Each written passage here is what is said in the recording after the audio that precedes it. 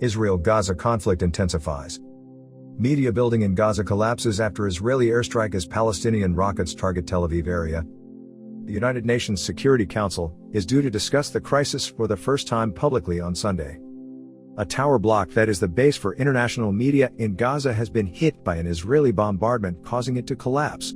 The strike, an hour after people were told to evacuate the building, came as fighting raged.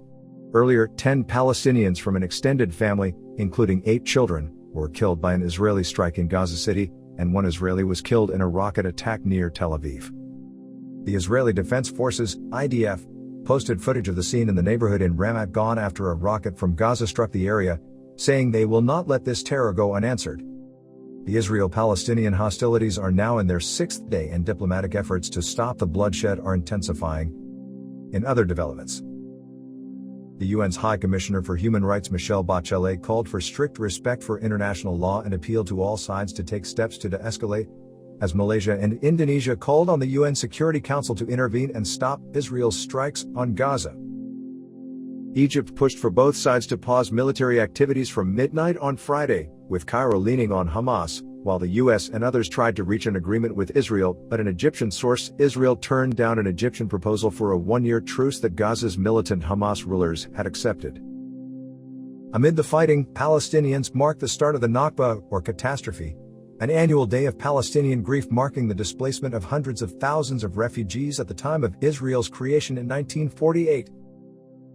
The UN Security Council is set to meet on Sunday after U.S. diplomat Hadi Amr arrived in the region on Friday as part of Washington's efforts to de-escalate the conflict, and Saudi Arabia called for foreign ministers of the world's largest body of Muslim nations to also meet.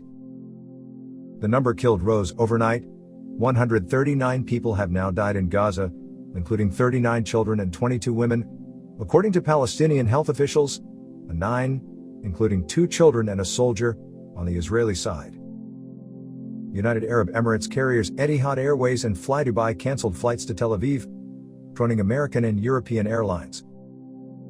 Iran's foreign minister canceled a visit to Austria after the Austrian government flew the Israeli flag in Vienna in a show of solidarity. In London, hundreds of people have gathered to march in solidarity with Palestinians, with former Labour leader Jeremy Corbyn among those expected to speak. Reporting for TMO Online News, I am Vicente Freire.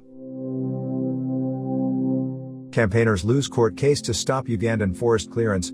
This channel chief editor Peter Konkaka has it that court ruling gives go-ahead for sugar plantation in Bugoma Forest, home to endangered chimpanzees. Conservationists in Uganda have condemned as shallow and absurd a court ruling that authorized the government to allow swathes of a tropical forest to be cleared for a sugarcane plantation. 3 environmental groups had taken the government to court over a decision to allow M.I.S.O Sugar Limited to build on 5,500 hectares, 13,500 acres, in the Bugoma Forest Reserve. Alongside sugar, the firm plans to build schools, a market, and a hospital, as well as develop an ecotourism center. The Water and Environment Media Network, the National Association of Professional Environmentalists, and the Africa Institute for Energy Governance filed a lawsuit against the government's environmental agency, the National Environment Management Authority (NEMA), and the company in September. The contested land was leased to M.I.S.O Sugar in 2016 by Solomon Iguru, king of the ancient kingdom of Bunyoro Kaitara, who said the land was ancestral and not part of the protected forest.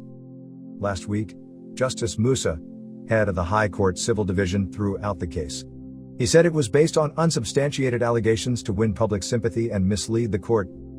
It appears the applications in this matter were premised on distorted facts, and the applicants have attempted to suppress the real facts in order to make a flowery case in court by exaggerating that the entire forest is being cleared for sugarcane planting, said Sakana in his ruling. Dickens, chief executive of Afiego, said, "The whole ruling is very shallow and absurd." The judge completely failed to appreciate the legal questions relating to the issues to be determined.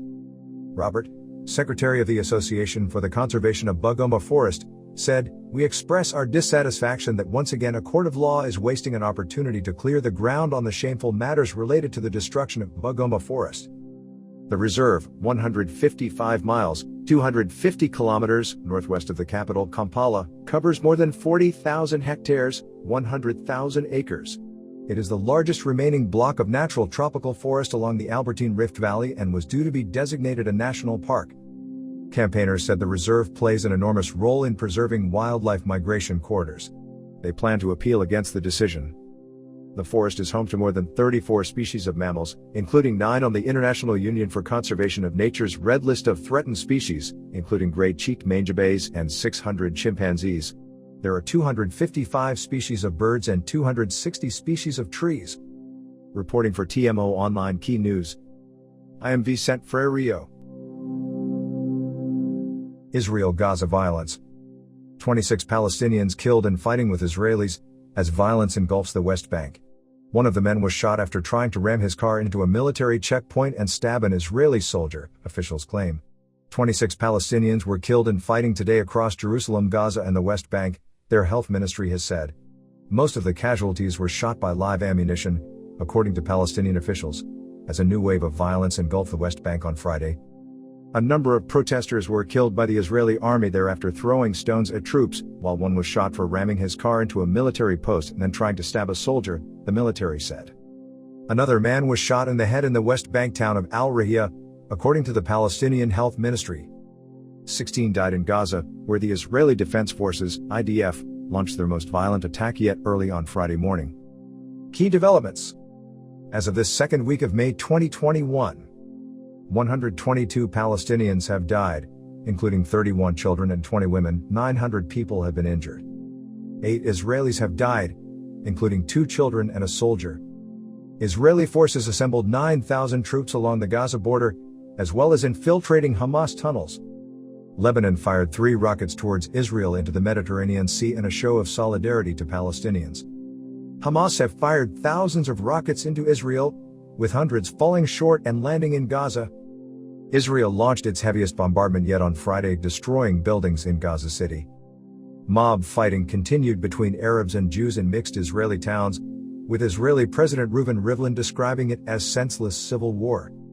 Reporting for TMO Online Key News, I am Vicente Freire. Thousands march in London to demonstrate against Gaza violence. Thousands of people marched through Hyde Park, chanting and holding banners, heading towards the Israeli embassy.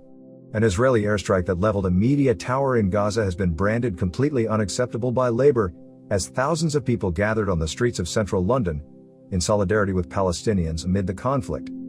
The high-rise building, housing journalists from international outlets including the Associated Press and Al Jazeera, was destroyed on Saturday afternoon local time.